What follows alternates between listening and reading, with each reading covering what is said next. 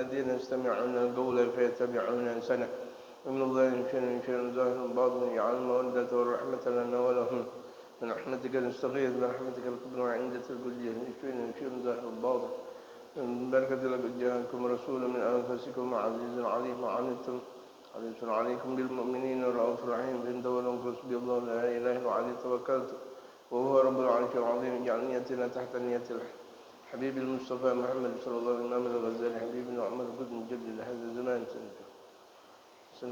إلى حضرة النبي المصطفى محمد صلى الله عليه وآله وصحبه وسلم. الفاتحة.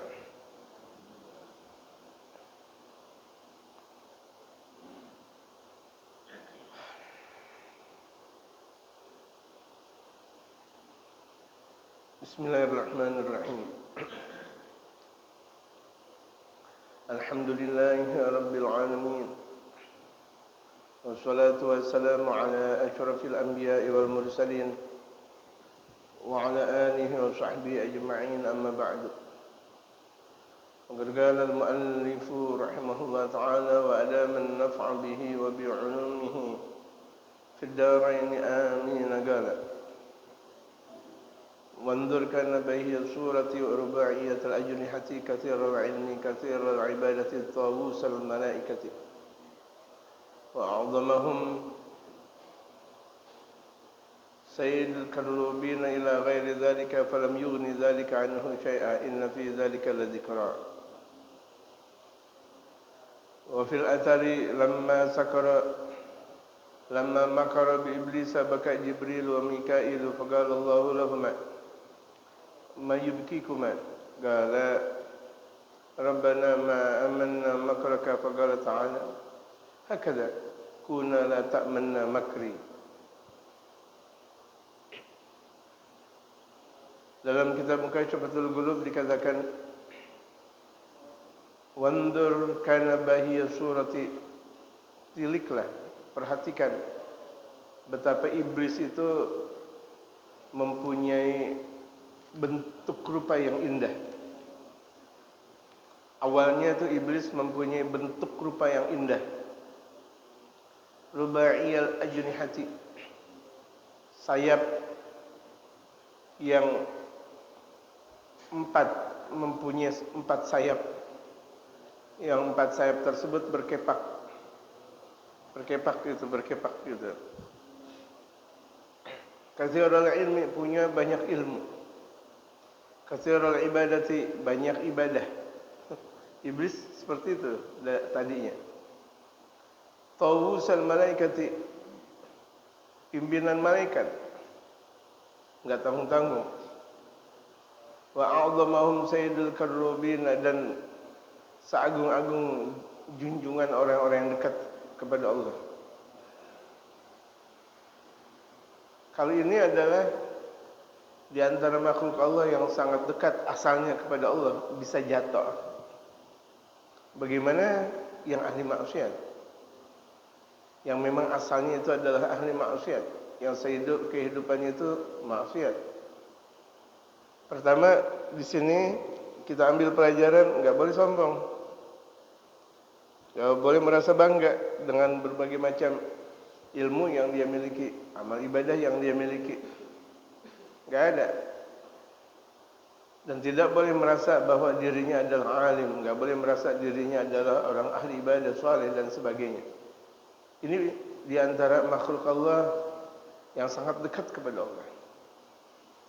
Falam yughni dzalika anhu syai', tapi yang demikian itu tidak menjadikan cukup. Artinya walaupun dia ahli ibadah, banyak ilmu, pimpinan makhluknya Allah, pimpinan malaikatnya Allah, apakah dengan seperti itu kemudian berketerusan menjadi orang yang dekat kepada Allah? Tidak. Inna fi dzalika ladzikra, yang demikian itu adalah pelajaran, pembelajaran buat kita semuanya. Jangan merasa sombong, jangan merasa hebat, karena bisa jadi orang yang di atas besok di bawah.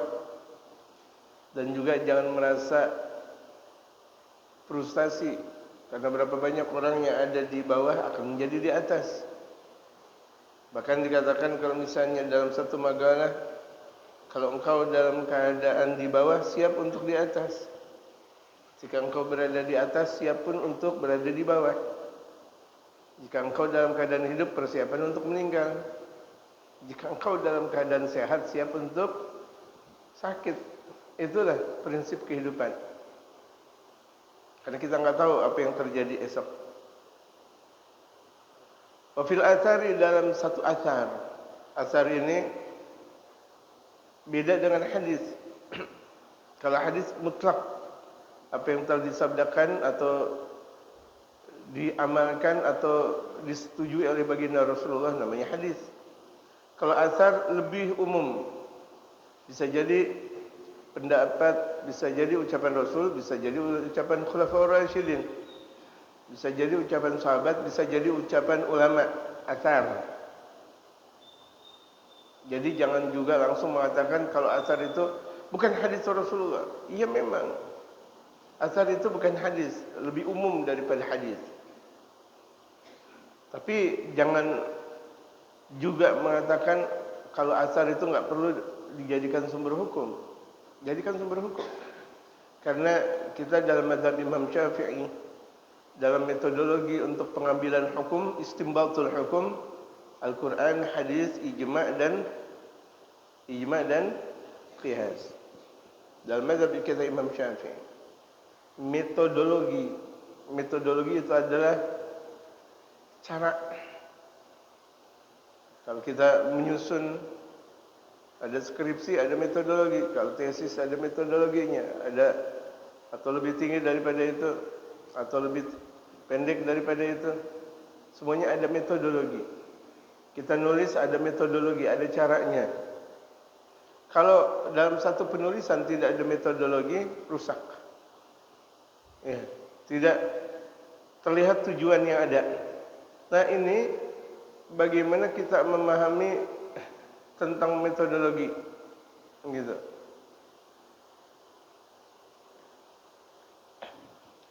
Untuk memahami hukum, manhaj Islami, artinya metode Islam. Kalau dalam setiap istinbatul hukum, dalam pengambilan hukum, dalam mazhab kita Imam Syafi'i itu skala besarnya dan skala umumnya Al-Quran, hadis, ijma' dan qiyas. Jadi tidak terhenti di Al-Quran dan hadis saja. Jadi ijma' itu kan kesepakatan mereka, para ulama, dalam menentukan hukum bukan pada zaman Rasulullah, yang memang tidak ada di zaman Rasulullah, tapi ditentukan oleh ulama setelahnya. Itu namanya ijma'. Nah, qiyas permasalahan lain lagi, mengkiaskan sesuatu dengan sesuatu. Qiyasus syai' bi syai'. Contoh, haramnya makan harta anak yatim. Memakan harta anak yatim haram. Merobek harta anak yatim haram juga. Gitu. Mengambil harta anak yatim atau merusak harta anak yatim ya haram juga.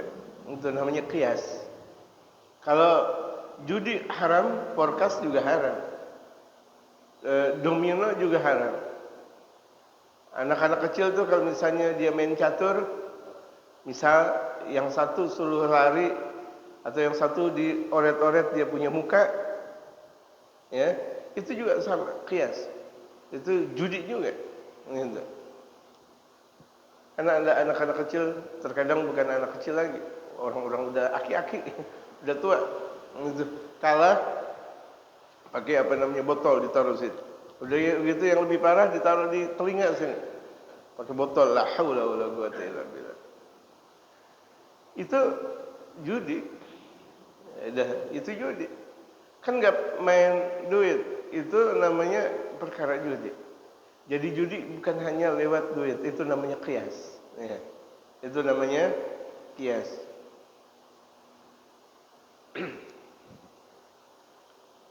Wa fil athar, lamma makar iblis, tatkala iblis itu berbuat makar. Makar itu berontak, makanya berbuat makar itu haram. Memberontak pemimpin yang sah itu haram. Memberontak negara sementara negara tersebut sah itu haram. dalam syariatul Islam. Jadi kalau misalnya kita sudah mempunyai pemimpin sah, wajib kita ikuti. Kita sudah mempunyai pemimpin yang sah, RT, RW, lurah dan sebagainya sampai kepemimpinan yang tertinggi. Kalau itu sah, wajib kita ikutin selagi itu adalah aturan yang benar. Tapi kalau tidak benar, wajib kita tidak ikuti. Gitu. Kalau tidak benar. Tapi selagi benar, wajib diikuti. Nah ini iblis berbuat makar kepada Allah. Lamma makara iblisu baka Jibril wa Mikail. Tatkala iblis itu berbuat makar, berontak kepada Allah, malaikat Jibril dan malaikat Mikail nangis. Allahu Akbar. Nangis. Jadi orang enggak dilihat ketika di dalam pengajiannya, lihat di luar nanti. Enggak dilihat dalam pesantrennya. Bisa jadi orang dalam kesudahan pesantren kayak malaikat atau lebih daripada malaikat. Bisa jadi orang di majelis salim atau di masjid mushola, oh kayak malaikat atau lebih daripada malaikat. Nah, kita lihat di rumah. Nanti ketika dia di rumah, ketika dia bersosialisasi dengan masyarakat bagaimana? Jadi kita melihat orang enggak berada ketika di tempat ibadah. Kalau dikatakan di tempat ibadah, hampir semua orang di tempat ibadah alim. Hampir dikatakan orang yang ada di tempat ibadah itu saleh. Lamma makara iblisu, lamma makara baka Jibril wa Mikail. Malaikat Jibril, malaikat Mikail nangis. Faqalallahu lahum, kemudian Allah berfirman kepada keduanya. Majibkikuma, Jibril, Mikail, apa yang membuat kalian nangis? Gala. Keduanya menjawab, Rabbana, ya Allah, ya Tuhan kami. Ma amanna makra, kami tidak pernah merasa aman dari berbuat makar kepada Engkau, ya Allah. Artinya kami enggak bisa berbuat aman, enggak merasa aman, bakal berbuat maksiat. Bisa jadi kami berbuat maksiat, ya Allah. Kalau ini adalah si iblis, pimpinan kami bisa berbuat makar, bagaimana yang ada di bawah iblis? Nangis malaikat Jibril, malaikat Mikail. Faqala ta'ala, Allah berfirman, apa jawaban Allah nih? Apakah jawabannya ini dan itu? Hakadha kun ala ta'manna makri. Demikian jadilah kalian berdua jangan merasa aman untuk berbuat makar kepadaku. Artinya jangan merasa aman kalau kalian udah soleh, jangan merasa bahwa kalian bakal masuk surga. Ini kan terkadang nih omongan-omongan anak ngaji, ya saya surga udah tinggal dekat lagi. Enggak pantas ngomong kayak begitu. Ya kan? Apalagi ada orang bercanda-bercanda, "Ana masuk surga." Ana masuk surga, ana balik lagi gampang. Ana doa untuk masuk surga, semuanya nanti bakal masuk surga. La haula wala quwata illa billah. Ini omongan-omongan kebablasan yang enggak pantas, enggak layak. Itu omongan-omongan yang diomongkan seperti itu, enggak benar. Apalagi orang yang baru ngaji ngomong kayak gitu. Ini kan terkadang ini terjadi orang-orang yang pada ngaji nih. Orang yang merasa bahwa dirinya, wah, kelihatan dia ketika baru ngaji, dia mah sholat berjamaah nggak pernah ya. Ente ngaji baru setahun, ente ngaji baru 2 tahun, ente udah nilai orang. Iya, itu apaan tuh dia? Ente ngaji baru setahun 2 tahun. Sementara mereka para ulama-ulama nggak pernah nilai-nilai orang. Puluhan tahun berdakwah pula nggak pernah nilai-nilai orang. Ente baru ngaji setahun 2 tahun, baru ngaji 3 tahun 4 tahun nilai orang dulu. Wah, orang mah kalau udah nggak demen ngaji mah susah ya. Ente ngaji baru setahun, ente ngaji baru 2 tahun, 3 tahun, 4 tahun. Nggak boleh ngomong kayak gitu. Kalau ente mau merubah orang, rubah, ajak orang. Jangan ngomong-ngomong kayak begitu. Kalau misalnya kira-kira dia jatuh, dia diam udah. Baru dia ngaji setahun, 2 tahun merasa hebat. Giliran dia rendah, jatuh dan jatuh, oh melayang di akhirnya. Hati-hati tuh. Omongan-omongan yang tidak pantas untuk diomongin. Karena ucapan itu bakal kembali kepada sang pengucap. May yalfidhu min qaulin illa ladaihi raqibun atid. Segala ucapan bakal kembali kepada sang pengucap. Gitu. Hati-hati nih. Makanya tidak pernah ada benarnya orang yang sombong. Tidak pernah ada benarnya orang yang sombong. Tidak pernah ada benarnya orang yang merasa bahwa dirinya itu aku. Gitu. Waruwiya anna iblis segala dikatakan, diriwayatkan bahwa iblis itu pernah berkata, Ya Rabbi akhrijtani minal jannati.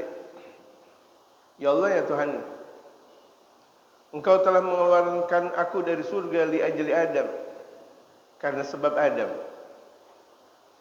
Jadi ini ada perasaan nih iblis sama Nabi Allah Adam. Padahal kan iblis lebih dahulu daripada Adam. Hati-hati nih, penyakit juga yang ada di dalam diri manusia. Merasa dirinya senior, terkalahkan dengan adanya junior. Hati-hati. Ada kiai udah tua, merasa tersisihkan dengan kiai muda. Hati-hati nih. Apaan tuh? Dia kan ngaji baru kemarin. Hati-hati nih. Dia ngaji baru kemarin. Emang dia apa sih yang dia baca? Astagfirullah. Apa yang dia baca? Apa yang dia bisa? Dia ngaji baru kemarin. Dan ada yang ngajarin dia. Astagfirullah. Sama nih dengan iblis kalau begitu jadinya. Makanya orang-orang yang model kayak gitu nggak ada pernah berkahnya. Ngajar yang ngajar, berkahnya tidak. Banyak model-model seperti ini. Dan ini terjadi di kiai. Dan ini terjadi di ulama. Dan ini terjadi di mereka para ulama-ulama. Gitu. Kalau di kalangan orang awam ya nggak ada.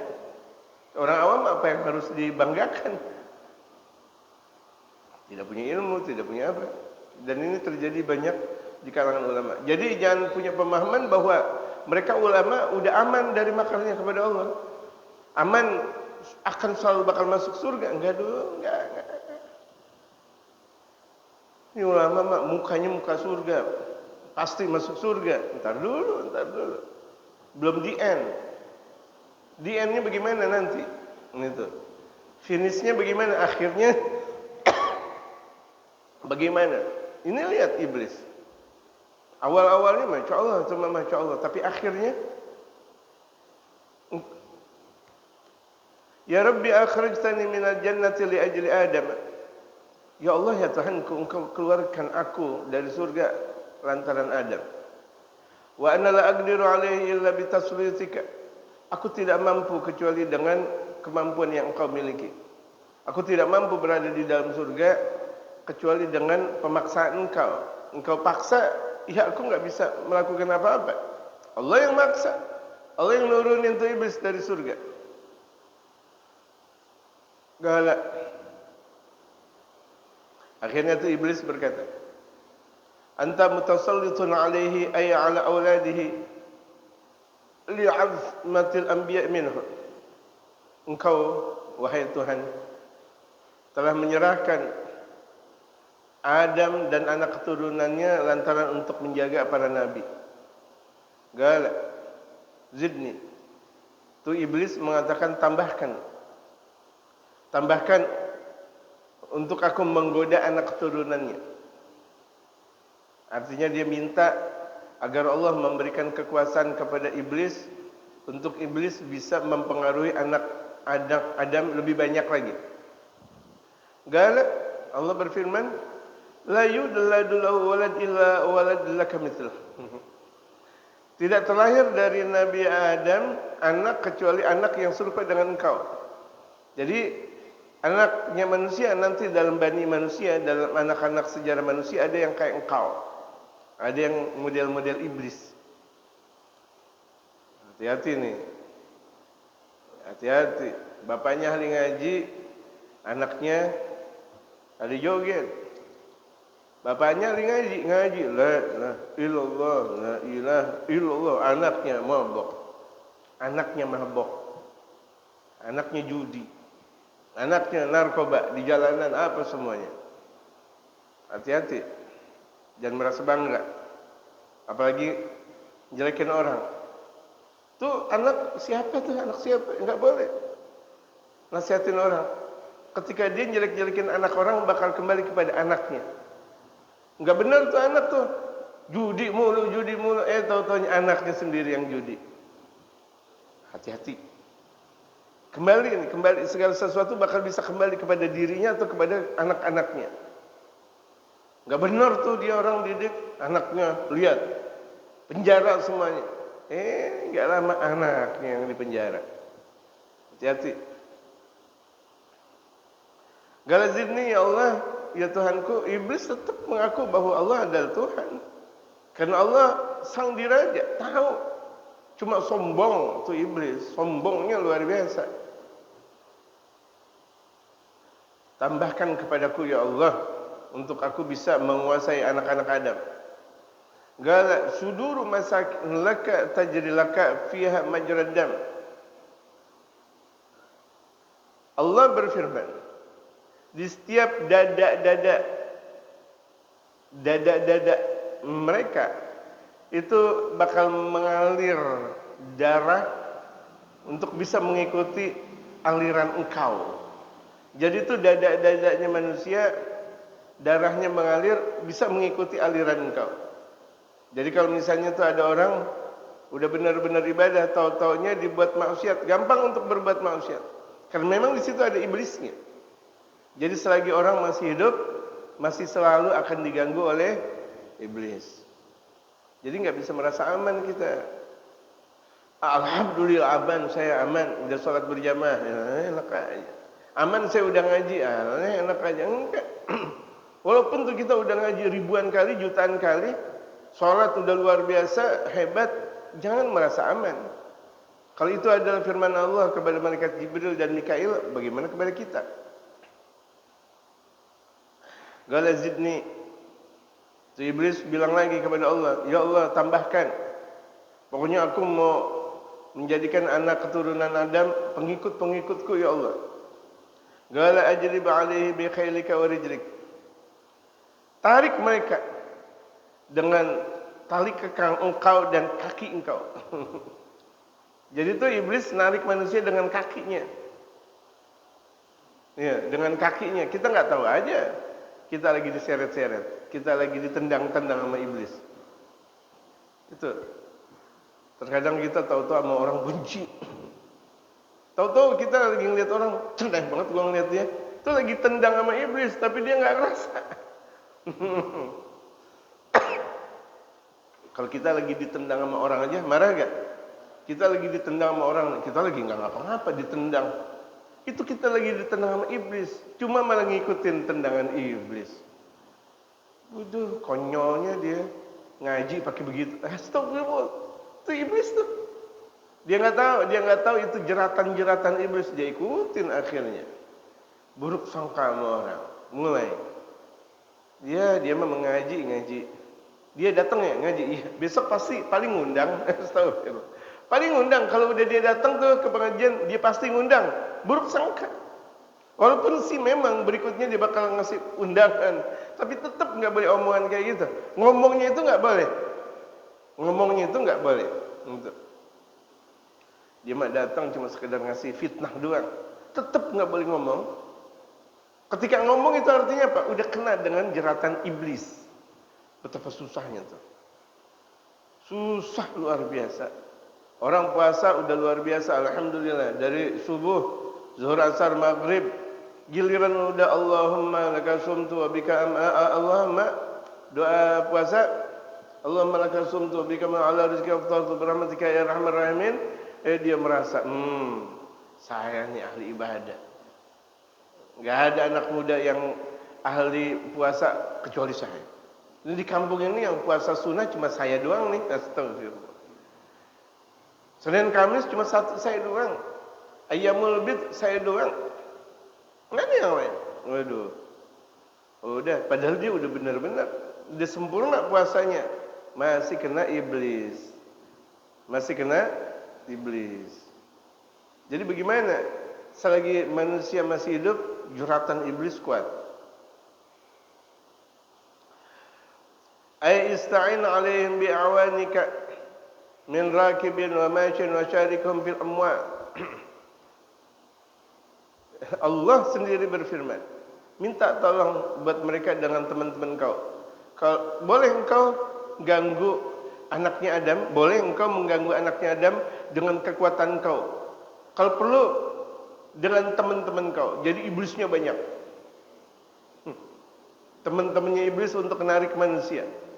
Makanya terkadang manusia satu jalan dia udah selamat, jalan yang kedua belum tentu selamat. Ada orang ngaji udah benar tuh dia. Giliran udah pulang di rumah, ketemu istri dia marah-marah. Padahal ngajinya udah benar. Ngaji udah benar, Allahu Akbar, udah kayak malaikat. Ketika sampai ke rumah,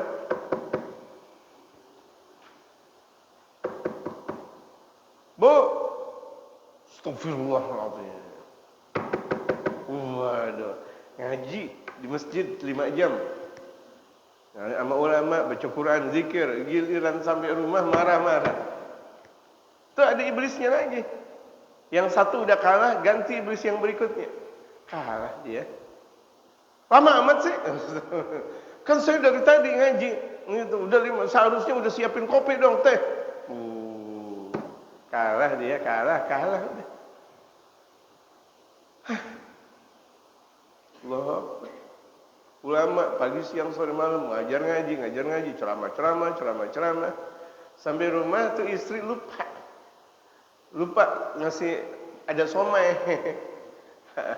Ada somai dari tetangga nggak dikasih. Ini somai siapa? Tetangga, ngapa nggak ngasih saya? Saya kan dari tadi ngajar dakwah capek, kasih dong. Waduh, dari tadi ngajar capek, habis tuh. Tinggal aku ngajarnya, zikirnya, ceramahnya. Tuh ulama bisa hancur bagaimana kita. Itu ulama bisa hancur bagaimana kita. Jadi tuh iblis udah menang, udah kalah, nanti di momen berikutnya lagi. Nanti lagi. Ini pagi udah bener dia, siang udah nanti sore. Nggak pernah merasa putus tuh iblis untuk mengganggu kita sebagai anaknya Nabi Allah Adam alaihissalam. Benar gak jamaahnya? Astagfirullah. La ilaha illallah. Sampai kita la ilaha illallah, iblis sampai begini-gini amat. Tapi emang begitu. Emang udah perjanjian dia kepada Allah Subhanahu wa taala untuk memperbanyak teman, untuk memperbanyak pengikut kelak gitu. Mau apain lagi udah dia? Tobatnya udah enggak diterima sama Allah. Udah enggak diterima sama Allah Subhanahu wa taala.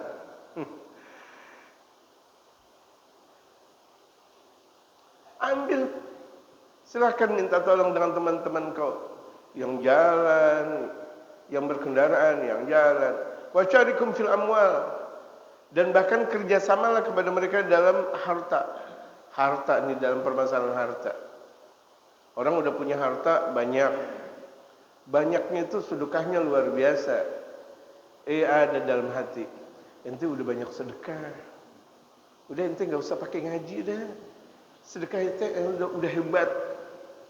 Oh iya, kalau begitu jadinya. Iya, saya udah banyak sedekah ya. Masjid itu yang bikin saya. Musola yang bikin saya. Nggak perlu saya ngaji dah kalau begitu. Kan banyak tuh yang model-model kayak gitu. Orang-orang kaya merasa dirinya udah bikin masjid, musola, majelis salim, bahkan pesantren, nggak mau ngaji mereka. Kenapa? Dia merasa dirinya udah ngasih duit. Padahal dia udah kena setan tuh dia. Udah kena iblis tuh dia. Dia merasa bahwa dirinya tuh masjid terbentuk gara-gara dia. Betul gak jemaah? Coba lihat pengajian-pengajian. Mau pengajian timur kayak mau pengajian barat, mana ada orang kayanya? Mana ada? Andai kan ada di hari Jumat, itu juga dia nyumbang. Sebut nama saya. Oh, atau dia lagi rapat, kalau rapat iya, Masya Allah. Saya ini dan saya. Atau mereka para pejabat-pejabat yang ada. Gak pernah pada mau ngaji. Andaikan ngaji, ada sebabnya. Gitu. Kenapa? Udah kemasukan jin, udah kemasukan iblis tuh, la'natullah alaih. Walaupun gak semuanya, ya gak semua. Cuma ini kan kita bicara secara umum. Kita bicara secara umum. Andaikan ada pengajian khusus orang kaya. Gak mau campuran dengan orang miskin, gak mau. Andaikan tuh ada orang kaya nggak mau campur sama orang miskin. Andaikan tuh gurunya sama, tuh orang kaya sebelah sana, tuh orang miskin sebelah sana, tetap nggak mau bareng juga. Padahal satu masjid, satu majelis, tetap mereka nggak pernah mau nyampur dengan orang-orang miskin. Yang dia telepon, yang dia WA, yang dia sosialisasi hanya kepada sesama orang kaya. Allahu Akbar. Di masjid benar mereka terkadang di masjid, tapi nyampurnya sama sesama mereka. Yang pejabat ya pejabat, ya orang kaya, orang miskin mah di mana tahu. Astagfirullah. Tidak seperti itu Islam. Gitu. Tuh iblis tuh dengan warna-warni yang ada mampu untuk merusak anak Adam alaihi salatu wassalam. Yahmiluhum ala kasbiha. Sampai iblis itu memasuki kepada mereka dalam urusannya, dalam usahanya. Wa sarfiha fil harami, dan pendaya gunaan usaha harta-hartanya dalam yang haram. Tuh dia jadikan tuh orang udah punya harta kekayaan banyak, udahlah ente bangun masjid tapi nggak usah ngikut ngaji. ente udah terkenal di masyarakat, udah hebat, nggak perlu sholat berjamaah ente. Orang juga udah tahu ente yang bikin masjid. Ngapain ente harus sholat berjamaah? Dalam hatinya, iya juga. Kalau begitu jadinya saya bikin musola di rumah aja. Banyak tuh orang-orang, ya pokoknya orang-orang bagaimana, dia bikin musola di rumahnya. Padahal dia bikin musola di rumahnya buat sholat sunat. Seharusnya, bukan untuk sholat wajib. Dia bikin musola di belakang rumahnya. Allahu Akbar. Dia lupa bahwa sholat berjamaah di masjid, di musola. Betul enggak? Dia lupa. Kan saya udah bikin masjid. Masjid mana? Iya di luar betul, tetapi ente harus bersosialisasi dengan masyarakat, berjamaah. Bukan dengan maunya ente. Islam bukan menurut maunya ente, wahai orang kaya. Islam bukan menurut maunya ente, wahai para pejabat. Islam menurut maunya Allah dan Rasulullah Muhammad sallallahu alaihi wasallam. Wal aulad, dan anak lagi suami istri lagi berjumpa, udahlah enggak usah pakai baca doa. Akhirnya tuh iblis nyampur di situ. Enggak pakai doa. Apalagi kalau misalnya pengantin baru. Padahal dianjurkan, sangat-sangat disunahkan pengantin baru salat, ada salat khusus. Salat sunat pengantin baru. Al-Imam Abdullah bin Hasan bin Tahir ketika pengantin baru berapa? 100 rakaat. 100 rakaat. Istrinya menunggu di kamar, duduk khusyuk. Imam Abdullah bin Hasan bin Tahir salat sunatnya 100 rakaat.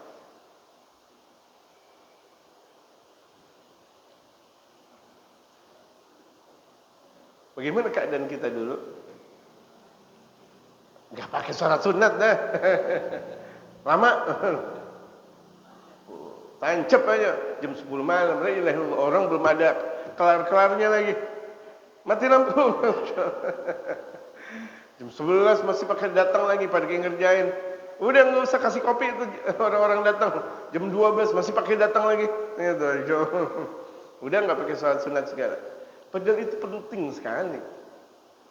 Kasihkan salat sampai 100 rakaat. Selesai salat zikir tahu-tahu ada kitab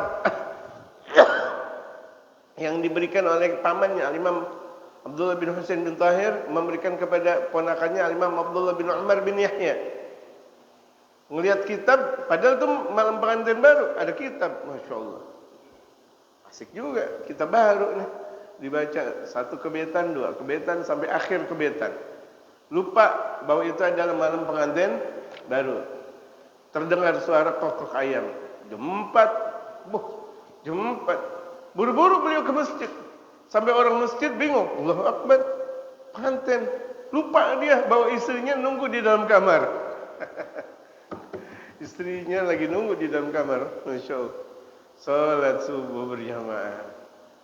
Dan yang pertama kali datang ke masjid adalah pengantin baru.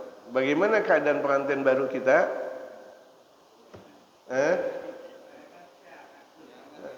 Salat subuhnya jam 10. Jam 10 malam lagi. Bukan jam 10 pagi. Jam 10 malam. Aduh, ngaji fikih ya fikih. Bab qada ya qada, tapi ente kebanyakan maksiat kalau begitu jadinya. Astagfirullahaladzim. Yang kayak begini kira-kira mau menjadikan generasi Islami enggak? Saya mau tanya, yang kayak gini bisa menjadikan anak-anak soleh dan solehah enggak? Susah. Yang seperti ini yang paling gampang. Setan tuh macam, udah jadi istri sah ini. Kan setan bakal selalu ngomong, istri, udah jadi sah. Jarang sekali orang kalau mau berjumpa dengan istri, sholat 2 rakaat dulu, apalagi pakai zikiran dulu. Kelamaan, zikir tahlil lagi. Tahlilnya 100.000 lagi. La ilaha illallah, la ilaha illallah. Keburu ngantuk tuh istri. Istrinya keburu ngantuk. Apa? Padahal itu justru tumpahan yang berkah. Tumpahan yang berkah dengan seperti itu. Dia lupa bahwa segala berbagai macam tempat, segala berbagai macam tumpahan itu ada yang berkah, ada yang tidak berkah. Dia lupa. Dia dari luar sana ketemu perempuan cantik. Wah, saya harus tumpahkan nih ke istri. Dia lupa, dia habis ngeliat tuh perempuan cantiknya kafir lagi. Dia tumpahin ke istrinya, kan berdampak jamaah. Dia lupa yang kayak begini. Tumpahannya itu berdampak. Mana yang masuk ke dalam istri karena dia habis ngeliat orang kafir. Cantiknya luar biasa. Bollywood, Hollywood. Kok campur antara Bollywood dan Hollywood? Waduh, buru-buru pulang ke rumah. Boleh sih buru-buru pulang, zikir dulu. Karena itu nanti bakal berdampak kepada tumpahan. Bisa paham gak jemaah? Itu. Gak pada sabar sih. Gak pada sabar. Yang penting kan udah sah. Benar, sahnya itu benar. Gak ada yang mengatakan bahwa dia berbuat zina kepada istrinya. Tidak. Cuma permasalahan berkah atau tidak. Habis nonton TV, Masya Allah tuh perempuan cantiknya. Habis ngelihat TikTok, ya Allah cantik. Kemudian dia langsung masuk kamar. Permasalahan dia ngelihat TikTok dulu. Paham? Ini yang akhirnya tuh melahirkan keturunan TikTok akhirnya. Astagfirullahaladzim. Itu kita nggak paham tuh yang kayak gitu. Yang penting sah aja udah. Au bil hathi ala tawassul ilaihim bisababil muharrami kal wat'i fil haid. Atau menganjurkan untuk sampai kepada mereka dengan sebab yang haram, seperti bersetubuh dalam keadaan haid. Hati-hati jemaah. Wal isyraq fihim bitasmiyatihim binahwi Abdul Uzza, dan juga bercampur dalam menamakan nama anak dengan contohnya Abdul Uzza. Jadi itu banyak kaum muslimin menamakan anaknya anak dengan nama-nama orang kafir. Kafan. Zaman sekarang berapa banyak anak disebut kafan. The Kevin of Douglas. Kevin itu kafan. Masa namanya anak kafan? Kafan tahu gak kafan? Bukan kapan-kapan. Kafan pakai fa. Balutan orang untuk meninggal dunia. Kain kafan. Astagfirullah. Kanaan. Namain anak Kanaan.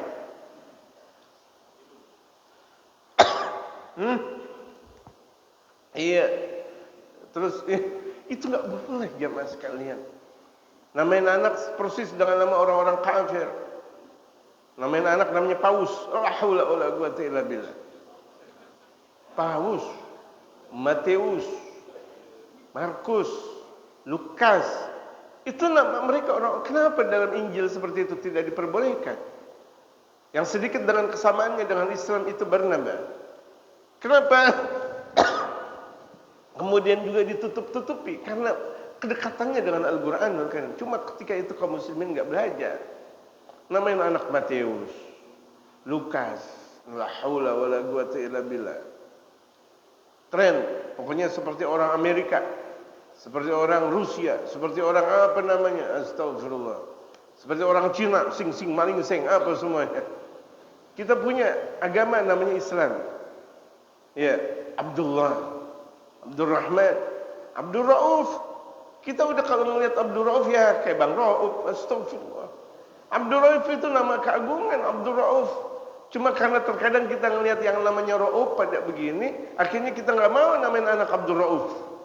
Abdul Rauf, Abdul Jamal, Abdul Azim, Abdul Aziz, Masya Allah.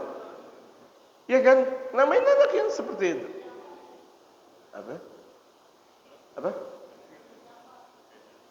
Hah? Gak dengar. Oh ya, Ja'far, nama anak bagus, Ja'far. Ja'far, Masya Allah. Saudara dari Sayyidina Ali bin Abi Thalib, Sayyidina Ja'far bin Abi Thalib. Sahib Mu'tah di Yordan kuburannya, Masya Allah. Jangan namain anak yang enggak benar. Wa tadlili bil hamli 'ala adyani bil batila, dan mengikuti kesesatan agama-agama yang batil. Mengikuti tradisi Kristen, Katolik, Hindu, Buddha, ateis dan sebagainya. Kita punya tradisi Islam namanya. Bahkan kalau misalnya tradisi Betawi kita atau tradisi Jawa kita bertolak belakang, ambil Islam.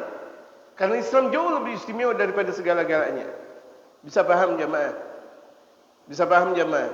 Kita nggak perlu mengikuti tradisi kita kalau tradisi itu tidak sesuai dengan syariatul Islam. Tapi kalau tradisi yang sesuai dengan syariatul Islam, boleh. Itu. Walihrafiz dzamimati, dan mengikuti pekerjaan-pekerjaan yang hina. Itu membuat patung. Itu pekerjaan hina. Membuat patung. Sementara patung tersebut adalah disembah, buat disembah dan sebagainya. Atau membuat cemara-cemara ketika Natal dengan hiasan dan sebagainya, haram hukumnya. Membuat ceramah Natal atau lonceng untuk keperluan mereka. Nauzubillah min dzalik. Ada yang disebut dengan lakum dinukum waliyadin. Jadi jangan sampai kebablasan tentang permasalahan agama. Agama kami adalah agama kami, agama kalian adalah agama kalian. Jangan pakai bablas gitu. Wal af'alil gabihati, dan perbuatan-perbuatan yang merusak. Mengikuti tradisi kafir dalam nikah, dalam melamar. Sekarang orang melamar dirinya sendiri yang melamar.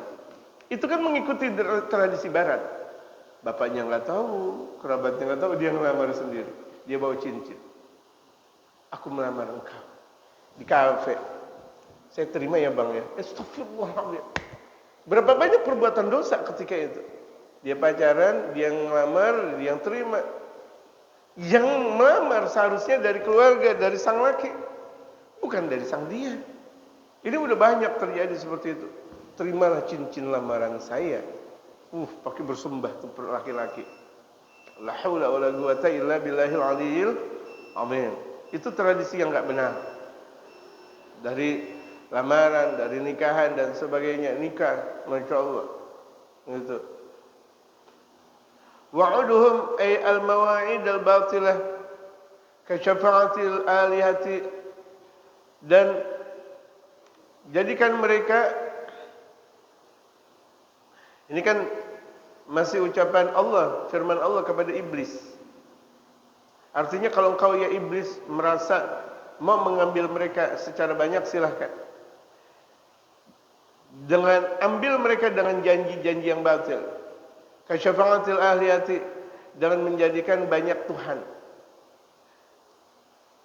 Ini gara-gara ada Tuhan ini, hidup bakal berkah. Gara-gara ada Tuhan itu, hidup bakal berkah. Hati-hati itu. Itu kalau dalam tradisi Buddha atau Hindu dan sebagainya. Dewa ini, dewa itu, dewa ini, dewa itu. Makanya selain agama Islam, batil namanya. Mau itu agama yang lain, semuanya batil. Selain Islam, batil. Inna dina indallahil Islam. Karena mereka meyakini selain Allah. Wal ittikal ala karamatil aba, dan dia merasa bangga dengan keramat bapak moyangnya. Nilai, bapak saya wali. Pokoknya saya juga bakal masuk surga. Kan gara-gara bapak saya. Bapak saya wali. Kakek saya wali. Buyut saya wali. Saya masuk surga. Masa saya masuk neraka sementara bapak moyang saya masuk surga? Hati-hati yang kayak gitu. Dan ini banyak nih. Anak-anak keturunan kiai, anak-anak keturunan habaib, banyak yang model kayak begini. Perlu untuk diperbaiki. Karena kebanyakan anak keturunan para kiai dan anak keturunan para habaib ngandelin bapaknya. Ngandelin bapaknya. Ya, walaupun saya begini-begini, yang penting masuk surga bapak saya. Enggak boleh. Seseorang dengan amal perbuatannya. Seseorang dengan amal perbuatannya. Dengan keberkahan orang tua. Benar. Tapi jangan mengandalkan. Begitu. Wa ta'khiru taubati bitulil amal. Dan dengan banyaknya orang menunda taubat. Entar. Ngapain sih ngaji? Anak masih muda pakai ngaji. Entar kalau udah berkeluarga ngaji. Kalau udah berkeluarga nanti kalau udah punya anak ngaji. Kalau udah punya anak ya mau kapan lagi udah? Bila udah punya cucu, jagain cucunya. La haula wala quwata illa billah. Capek dia. Anaknya dan mantunya kerja, kakek dan neneknya jagain cucu. Itulah karena dari awal dia tidak pernah dekat kepada Allah Subhanahu wa taala. Sampai tuanya disibukkan dengan masalah dunia. Jadi orang yang kalau disibukkan dengan masalah dunia dari muda sampai tua bakal. Makanya banyak tuh orang-orang tua, kakek dan nenek udah tersibuk yang seharusnya dia ahli ibadah, santai, zikir, disibukkan dengan cucunya. Anaknya kerja, mantunya kerja, dia yang harusnya dia ngaji, zikir, dia ibadah, capek dengan cucunya. Tambah cucu 2, 3, 4, tambah dengan anak yang lain lagi. Stres dia. Kenapa? Dari awalnya dia pasti nunda-nunda ibadah. Pasti. Jadi keterusan. Jadi orang yang menunda dari awal bakal berketerusan di akhir. Wa hadza an tariqit tahdidi fa'malu ma syi'tum. Ini lewat jalan ancaman. Ini artinya Allah mengancam. Tapi silakan kalian bisa jalanin. Kata Allah kepada iblis. Ini diancam sama Allah, tapi silakan kalian bisa jalanin. Kalau kalian bisa silakan. Jalanin setan. Jalanin wahai iblis. Jalanin kalau kalian mampu. Nah, berikutnya baru perbincangan Allah Subhanahu wa taala dengan malaikat, dengan Nabi Allah Adam. Ini perbincangan Allah dengan iblis. Ini udah Isra. Masya Allah, cepat amat. Ya, kalau udah waktunya Isra mau bilang gimana? Saya ngikutin aturan. Ya. Wallahu a'lam.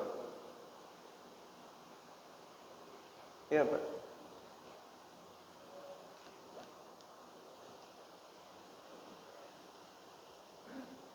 Tidak terdengar. Biasanya kita selama hidup jadi ini memang lagi ngaji, siang ibadah Inggris, siang sholat, sore ibadah Inggris. Itu juga saya sendiri alami. Ini bagaimana nih kalau dia hidup tidak berbura-bura? Orang kaya masih penting dia nggak ke masjid, orang miskin nggak ke masjid. Terus tapi anak kiai masih lumayan.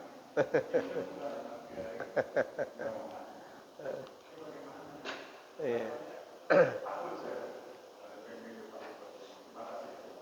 Ya, dengan keadaan seperti itu bahwa makarnya iblis 24 jam selalu dan selalu selagi masih ada darah mengalir dalam kehidupan anaknya Adam yaitu manusia, iblis selalu menggoda dan menggoda sampai meninggal dunia. Sampai tutup usia. Sampai kira-kira nafas terakhir ditungguin tuh sama iblis.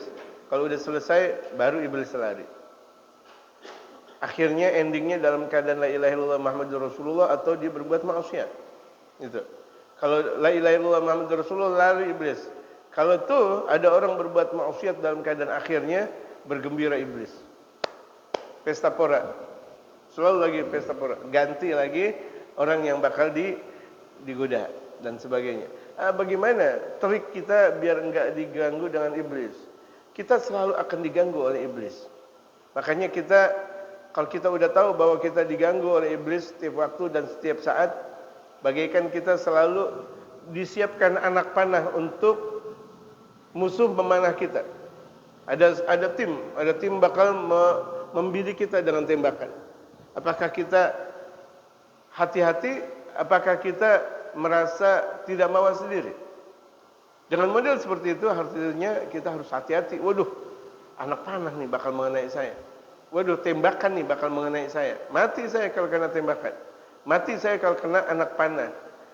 Dikatakan oleh Imam Muhammad bin Idris Asy-Syafi'i, "Malam yastaghil fil akhirah syagalatka, malam tastaghil fil akhirah syagalatka fid dunya." Jika engkau tidak menyibukkan diri dengan akhirat, engkau bakal disibukkan dengan dunia.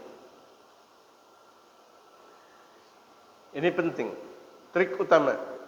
Jika engkau tidak menyibukkan dengan akhirat, engkau bakal tersibukkan dengan dunia. Jadi, la tajilil khala, jangan kau jadikan waktu yang senggang. La tajal waqtaka khalalan, jangan kau jadikan waktu engkau senggang. Senggang itu iblis. Hati-hati tuh. Senggang itu iblis. Kita ngaji dari jam 3 kita udah tahajud, 4 subuh ngaji sampai isyraq sampai duha. Di rumah sambil ngopi dan HP, buka TikTok.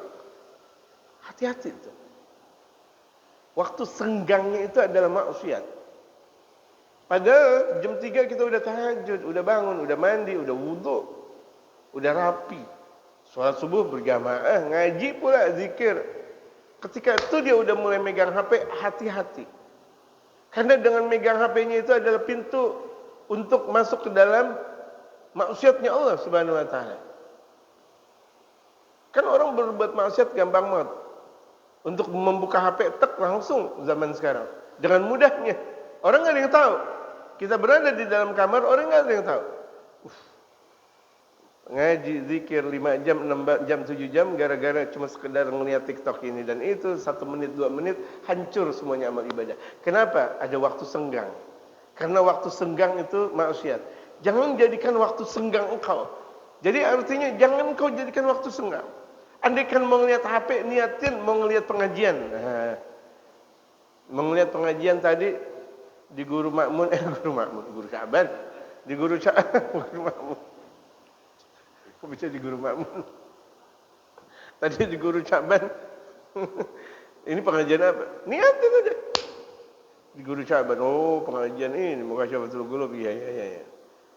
Terus kemarin apa? Dilihat lagi. Kemarin, niatin. Jadi andaikan itu adalah waktu senggang, niatkan untuk selalu ibadah. Selesai nih. Habis ngeliat HP. Apa kita mau nyantai ngelihat ayam, niatin untuk mempesona diri kita untuk zikir. Ngelihat ayam sambil kita zikir. Subhanallah, alhamdulillah. Masya Allah tuh ayam bagus banget, subhanallah. Sambil kita ngasih makan ayam, sambil kita zikir. Ya, ngelihat ayam. Atau kita mau jalan-jalan misalnya hari Minggu wajar, pagi, ya kan? Hari Minggu wajar, Masya Allah jam 9-an kesana, niat. Saya untuk ibadah dah, niat ibadah. Jalan, mau naik mobil ke, mau naik motor ke, mau jalan kaki, tergantung maunya kita. Niat ibadah. Karena dalam kesenggangan itu, 1 menit, 2 menitnya itu bisa orang terpesona untuk masuk ke dalam perbuatan maksiat. Senggang, hati-hati senggang. Makanya jangan jadikan waktu kosong engkau dunia. Jadikan waktu kosong, walaupun 1 menit, akhirat. Kita tidur, walaupun tidurnya kita 8 jam, makanya sebelum tidur baca doa. Bismillahirrahmanirrahim. Bismillah wada'tu jambi fa'ghfir fa innahu la yaghfiru dzunuba illa anta. Allahumma inni alja'tu nafsi wa Allahumma fawwatu amri ilaika. Bismillahirrahmanirrahim. Qul huwallahu ahad, Allahu samad. Lam yalid wa lam yulad wa lam yakul lahu kufuwan ahad. 3 kali. Qul a'udzu birabbil falaq, qul a'udzu birabbin nas, alif lam mim, ayat kursi. Kemudian baca tabarak. Bismillahirrahmanirrahim. Tabarakalladzi biyadihil mulku wa huwa ala kulli syai'in qadir. Kita mau tidur baca itu enggak? Kita mau tidur baca itu enggak? Padahal itu tidur asik 8 jam, gara-gara 8 jam, tapi sebelumnya kan ada doa tidur. Tabarak juga. Akhir Bismikallahumma ahya bismika amut. Allahumma shalli ala sayyidina Muhammad wa ala ali sayyidina Muhammad. Allahumma shalli ala sayyidina Muhammad wa ala ali sayyidina Muhammad 1000 kali. Tidur. Mau 8 jam kek, mau 9 jam kek, mau 10 jam, semuanya ibadah. Semuanya ibadah. Kenapa? Diawali dengan niat. Tapi berapa banyak orang keletihan dia tidur, nggak baca doa nggak jadi ibadah. Betul nggak? Jadi semuanya tergantung kepada niat. Jadi jangan jadikan waktu senggang engkau adalah dunia. Hati-hati, betul. Karena dengan senggangnya itu orang bisa terpincut. Dengan senggangnya itu orang bisa jatuh. Yang setiap hari dan setiap waktunya dia ibadah kepada Allah, gara-gara satu senggang jatuh. Dan ini konsekuensi orang yang mempunyai banyak senggang. Apalagi konsekuensinya orang yang mempunyai banyak senggang, nggak punya banyak kerjaan, senggang lagi, ngomongin orang, mau tahu tentang urusan orang lain, akhirnya gara-gara senggang. Coba kalau misalnya dia nggak pernah merasa senggang, nggak pernah ada kosong, baca Quran, nggak pernah merasa zikir, bismillah, terus ngobrol dengan ibadah dan sebagainya. Andaikan dia melihat sesuatu dengan baca zikir, dengan baca sholawat dan sebagainya, nggak pernah ada senggangnya. Ini bibir nggak pernah ada kosong dalam berzikir dan sholawat kepada Rasulullah Muhammad. Terus lagi sholawat lagi kepada Rasulullah, sholawat lagi kepada Rasulullah, sholawat lagi kepada Rasulullah. Jangan jadikan senggang. Senggang walaupun sebentar, khatir dalam bahasa Arab. Khatir itu sangat merusak. Betul gak jemaah? Jadi mulai sekarang, bagaimana kita bisa mensikapi jangan sampai datangnya iblis. Sampai kita dalam keadaan tidur pun, tidurnya baca doa. Bangun tidur, enaknya kita, kan ada doanya. Alhamdulillahilladzi ahyana ba'da ma amatana wa ilaihin nusyur. Wudu, ibadah langsung. Terus ibadah. Amal ibadah kita biar sehari-harinya terus ibadah di setiap waktunya, setiap harinya dengan wudu. Batal wudu, wudu lagi, batal wudu, wudu lagi, batal wudu, wudu lagi. Fa insyaallah bakal terjauhkan dari berbuat maksiat. Dan jangan gampangan banget salaman dengan perempuan. Karena kalau udah gampangan banget salaman dengan perempuan itu membuka celah untuk berbuat maksiat. Ya gampang banget, sama ibu-ibu ini, sama nenek-nenek ini. Jangan gampangan banget kita salaman dengan perempuan. Hati-hati.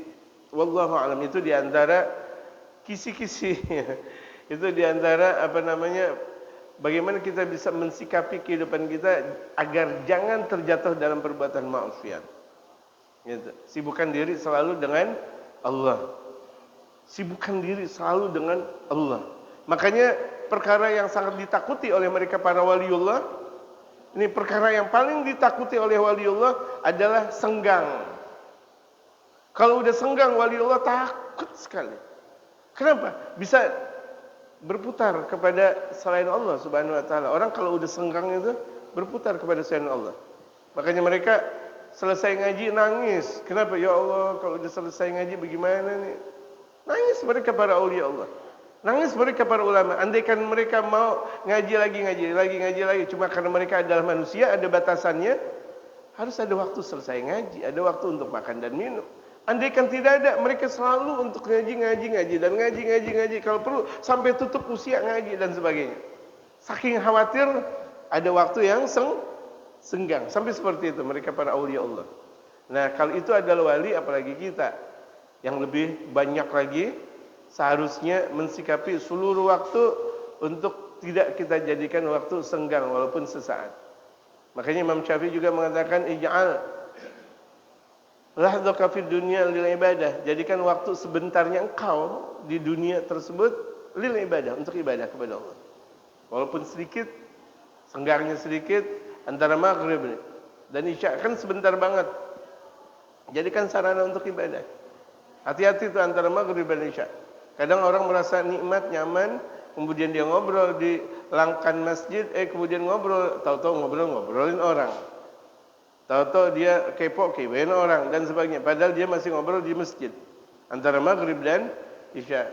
Hati-hati nih jemaah sekalian. Wallahu a'lam.